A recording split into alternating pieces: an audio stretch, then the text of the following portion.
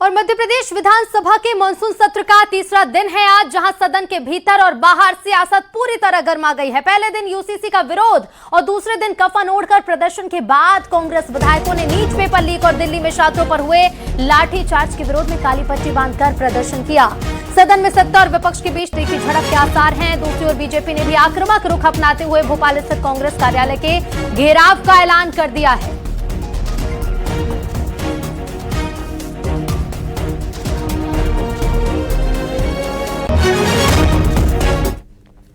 तीन तस्वीरें देखिए। मॉनसून सत्र की शुरुआत हुए 3 दिन हुए हैं। पहले दिन तख्ती प्रदर्शन कांग्रेस ने किया। दूसरे दिन की तस्वीर देखिए जब कांग्रेस का अर्थी प्रदर्शन देखने को मिला। तीसरे दिन आज नीट पेपर को लेकर और लाठीचार्ज को लेकर काली पट्टी बांधकर कांग्रेस विधायकों ने प्रदर्शन किया है। क्या यहाँ पर पीड़ित छात्र नहीं है? क्या मध्य प्रदेश के छात्र दिल्ली गए, 2 छात्र यहाँ पर उनकी मौत हो गई नीट में, क्या उन पे चर्चा नहीं होना चाहिए? अगर देश के प्रधानमंत्री जब युवाओं पे बात करने के लिए कल राहुल गांधी जी के धरने के बाद अगर राजी हुए, तो यहाँ के मुख्यमंत्री चुप क्यों हैं प्रदेश के लिए? क्या युवाओं की बात नहीं रखना चाहते सम्मान? इसी बात को लेकर आज हमारे साथी विधायकों ने स्थगन लगाया है। हम युवाओं को लेकर, आज प्रदेश के युवाओं को लेकर बात करना चाहेंगे। देखिए, हमारी सरकार हर समय चर्चा के लिए तत्पर भी है और तैयार भी है, परंतु कांग्रेस के पास कोई तथ्य नहीं है, इसलिए वो केवल हंगामा करती है। अब कल यूसीसी बिल में चर्चा करते ना, आपने हंगामा कर दिया क्योंकि आपके पास तथ्य नहीं है। आप जनता के सामने एक्सपोज हो जाओगे। अपनी राजनीति चमकाने के लिए, फोटो अपॉर्चुनिटी के लिए सदन के बाहर आके हंगामा करना, नाटक नौटंकी करना, ये लोकतंत्र में कहीं भी इसको स्वीकार नहीं किया जाता। और इधर विधानसभा पहुंचे कांग्रेस के तमाम विधायकों के हाथ में काली पट्टी बंधी दिखाई दी। साथ ही कांग्रेस विधायकों ने जमकर बीजेपी पर निशाना भी साधा है। हम इस बात का विरोध कर रहे हैं कि आज देश में और प्रदेश में हमारे छात्र सुरक्षित नहीं है। जब छात्र प्रदर्शन कर रहे हैं और वो नैतिक मांग कर रहे हैं और उन पर जिस तरह से अन्याय ये सरकार कर रही है, दिल्ली पुलिस ने जिस तरह से लाठी बरसाई, और हमारे नेता राहुल गांधी जी जो वहां पर पहुंचे और तमाम आम जनमानस का ये आंदोलन बन गया है, सब लोग हैं, हम सब उनके साथ हैं। और जिस तरह से कल कैलाश विजयवर्गीय जी ने भी जो बयान दिया, टिप्पणी की, वो उचित नहीं थी, उसको बेहतर तरीके से कर सकते थे। और जब देश की सरकार चर्चा कराने को तैयार है तो मोहन यादव जी को भी इस पर चर्चा करानी चाहिए, ये हम सबकी मांग है। प्रोटेस्ट इसलिए करना पड़ा कि कैलाश विजयवर्गीय जी जैसे जिम्मेदार व्यक्ति, जिनको छात्रों ने विधायक से लेकर महापौर बनाया, इस विधानसभा में भेजा, कई बार जीता है, उन छात्रों को आज कैलाश जी कीड़ा बोल रहे हैं। कैलाश जी उन छात्रों को देशद्रोही बोल रहे हैं। कैलाश विजयवर्गीय जी, इन छात्रों से माफी मांगो। वो छात्र साल भर मेहनत करता है, आगे बढ़ना चाहता है, उनके परिजन पाई जोड़कर उनका भविष्य बनाना चाहते हैं और पेपर लीक करते थे। और जिस तरह से जंतर मंतर में पूरे देश के छात्रों को भारतीय जनता पार्टी की सरकार ने पुलिस के भेष में गुंडे भेजकर जो पिटाई करवाई है, शर्मनाक है। हम इसका विरोध करते हैं। जब तक छात्रों को न्याय नहीं मिलेगा, लड़ाई जारी रहेगी हमारी। केंद्र सरकार ने अपराधियों की तरह व्यवहार किया है। निर्दोष बच्चों पर लाठियां भांजी गए हैं, उनको सर फोड़े गए हैं। और तो और पुलिस के भेष में न जाने कौन से भेड़िए थे जो ऐसी वर्दी पहनकर और उनके साथ बर्बरता की गई है। उस बर्बरता के खिलाफ।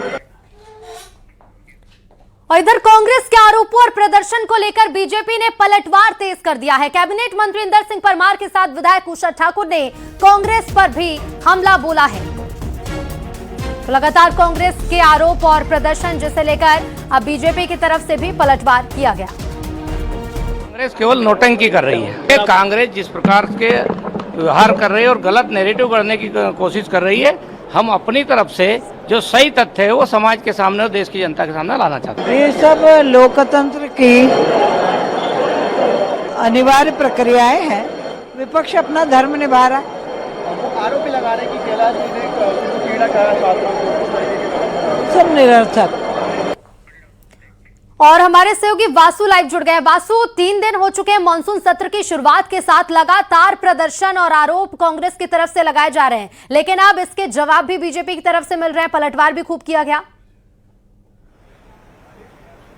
बिल्कुल, देखिए तीनों दिन कांग्रेस ने जमकर प्रोटेस्ट किए हैं विधानसभा में, चाहे फिर वो नीट पेपर लीक का मामला हो, यूसीसी का मामला हो, रोजगार की बात हो, महंगाई की बात हो, भ्रष्टाचार की बात हो। इन तमाम मुद्दों को लेकर लगातार सरकार को घेरती हुई कांग्रेस जो है वो नजर आई है। सदन के बाहर सांकेतिक प्रदर्शन और सदन के अंदर भी कांग्रेस के विधायकों ने तमाम तथ्यों को रखते हुए अपनी बात रखने का काम किया। हालांकि बीजेपी का यह कहना है कि हम हर तरीके की चर्चा करने के लिए तैयार है, लेकिन कांग्रेस सिर्फ हंगामा करती है और सदन के समय को खराब करती है, क्योंकि कांग्रेस के पास फैक्ट्स नहीं है, इसलिए उन्हें हंगामा करने का सहारा लेना पड़ता है। आज भी दिन भर जो सदन की कार्रवाई चल रही है वो काफी गहमा गहमी भरी रही। सुबह से ही Congress UCC NEET paper leak मामले को लेकर चर्चा कराना चाहती थी। स्थगन प्रस्ताव भी कांग्रेस के विधायक लेकर आए, लेकिन उसे सदन में अस्वीकार कर दिया गया। इसके बाद नारेबाजी करते हुए कांग्रेस के विधायक बाहर भी आए और विधानसभा की जो कार्रवाई है उसको 15 मिनट के लिए स्थगित तक वहां पर करना पड़ा। उमंग सिंघार ने कहा कि मध्य प्रदेश के 2 बच्चों ने सुसाइड किया है, 10 लाख बच्चों ने नीट का पेपर दिया था, उन सबका भविष्य आज बर्बाद हो रहा है, उसकी जवाबदेही तय नहीं हो पा रही है। जो इस पूरी प्रकरण के लिए जिम्मेदार हैं उनका इस्तीफा नहीं हो पा रहा है, और इन सब परिस्थितियों के बावजूद सदन के अंदर सरकार इस पूरे मुद्दे पर चर्चा नहीं करना चाहती है। दूसरी तरफ कल जिस तरीके से राहुल गांधी चोटिल हुए जब वो पीएम आवास के बाहर धरने पर बैठे थे, जिस तरीके से पुलिस ने उनको वहां से उठाने का काम किया, उसको लेकर भी कांग्रेस आज पुरजोर विरोध करती हुई विधानसभा के अंदर नजर आई और जमकर हंगामा आज भी विधानसभा में देखने को मिला। सदन के अंदर ये सारी गतिविधियां चल रही हैं। ये भी आपको बताना चाहूंगा कि बीजेपी ने आज कांग्रेस कार्यालय के घेराव की बात आह्वान जो है वो किया है। थोड़ी देर में बीजेपी के तमाम नेता कांग्रेस के कार्यालय की तरफ कूच करेंगे, तो वहीं कांग्रेस ने भी अपने कार्यकर्ताओं को बुला लिया है।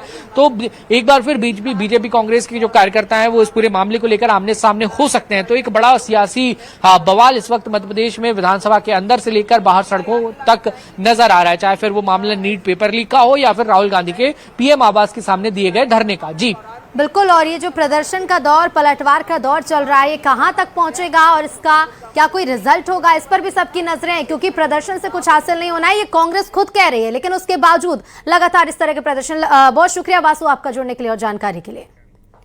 और विधानसभा में आज केन बेतवा लिंक परियोजना का मुद्दा गूंजा। नेता प्रतिपक्ष उमंग सिंघार ने परियोजना से प्रभावित परिवारों के पुनर्वास, मुआवजे और कथित गड़बड़ी को लेकर सवाल उठाए। नेता प्रतिपक्ष उमंग सिंघार ने आरोप लगाया कि कई प्रभावित परिवारों को अब तक मुआवजा नहीं मिला और परियोजना में बड़े स्तर पर गड़बड़ियां हुई। इस पर राजस्व मंत्री करण सिंह वर्मा ने सदन में परियोजना से प्रभावित गांवों और परिवारों का पूरा ब्यौरा पेश करते हुए कहा कि पात्र लोगों को नियमानुसार मुआवजा दिया जाएगा। मामला जब और गर्माया तो मुख्यमंत्री डॉक्टर मोहन यादव ने खुद हस्तक्षेप किया और साफ कहा कि यदि कहीं कोई अनियमितता हुई है या कोई परिवार मुआवजे से वंचित रह गया है तो उसकी जांच कर समाधान किया जाएगा। मुख्यमंत्री ने 1 महीने के भीतर पूरे मामले की समीक्षा कर उसका समाधान करने का भरोसा दिलाया है।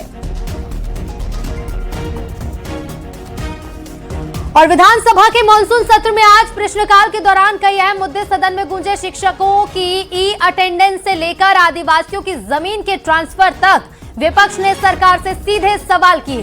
कांग्रेस विधायक सुनील उइके ने शिक्षकों की ई अटेंडेंस व्यवस्था की विश्वसनीयता और डेटा सुरक्षा पर सवाल उठाए, जिस पर मंत्री विश्वास सारंग ने जवाब देते हुए कहा कि ई अटेंडेंस सिस्टम से पारदर्शिता आई है और डेटा पूरी तरह सुरक्षित है।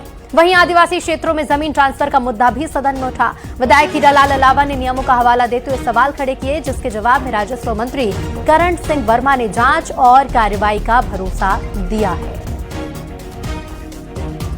और इसके साथ ही इन तमाम मुद्दों के साथ आज केन बेतवा लिंक परियोजना का मुद्दा भी खूब गूंजा। नेता प्रतिपक्ष उमंग सिंघार ने परियोजना से प्रभावित परिवारों के पुनर्वास, मुआवजे और कथित गड़बड़ी को लेकर सवाल उठाए और आरोप भी लगाए कि कई प्रभावित परिवारों को अब तक मुआवजा नहीं मिला और बड़े स्तर पर गड़बड़ी होने के आरोप भी लगाए हैं, जिसका जवाब राजस्व मंत्री करण सिंह वर्मा ने दिया और प्रभावित गांव और परिवारों को पूरा ब्यौरा पेश करते हुए कहा कि पात्र लोगों को नियम अनुसार मुआवजा दिया जाएगा। मामला गर्माता चला गया। सीएम डॉक्टर मोहन यादव ने खुद हस्तक्षेप किया। साफ कहा मुख्यमंत्री ने कि यदि कोई अनियमितता कहीं भी हुई है या कोई परिवार मुआवजे से वंचित है तो उसकी जांच की जाएगी, समाधान किया जाएगा। 1 महीने के भीतर पूरे मामले की समीक्षा कर समाधान का भरोसा खुद सीएम ने दिया है।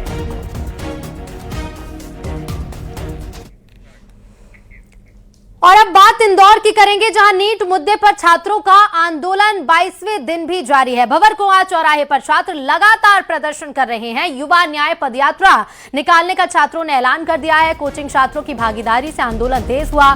पुलिस ने वीडियोग्राफी कर कार्रवाई की चेतावनी दी। कांग्रेस प्रदेश अध्यक्ष जीतू पटवारी भी धरना स्थल पहुंचे। मेरा अपना शहर है। ये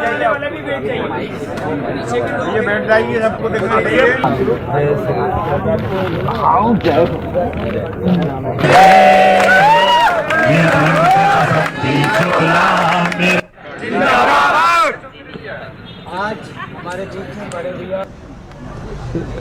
पैतृक शहर भी है, मेरा अपना शहर है। ये बैठ जाइए, सबको दिखा दीजिए।